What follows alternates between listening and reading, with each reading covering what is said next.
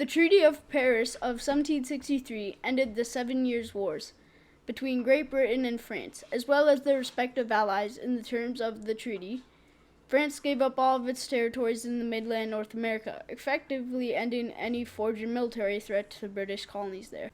During the war, British forces had scored important overseas victories against France.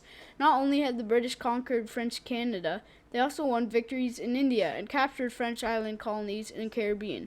In March of 1762, French King Louis issued a formal call for peace talks. The British government was also interested in ending the war. The 7 Years' War had been really expensive, and the government had to finance the war with debt.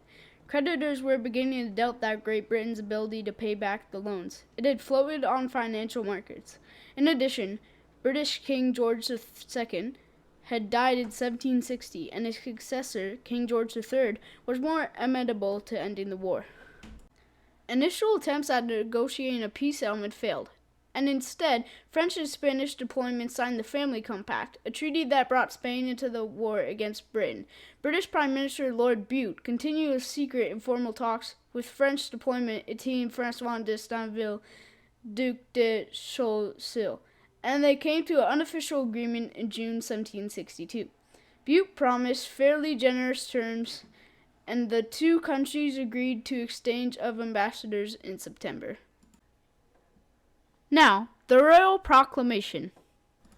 What is the Royal Proclamation? The Royal Proclamation is a document that set out guidelines for European settlement of Aboriginal territories in what is now North America.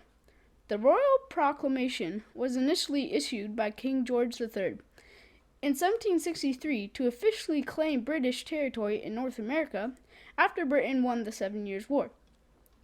In the Royal Proclamation, ownership over North America is issued to King George. However, the Royal Proclamation explicitly states that Aboriginal title has existed and continues to exist, and that all land would be considered Aboriginal land until ceded by treaty. The proclamation forbade settlers from claiming land and the Aboriginal occupants, unless it has been first bought by the Crown and then sold to the settlers. The Royal Proclamation further sets out that only the Crown can buy land from First Nations.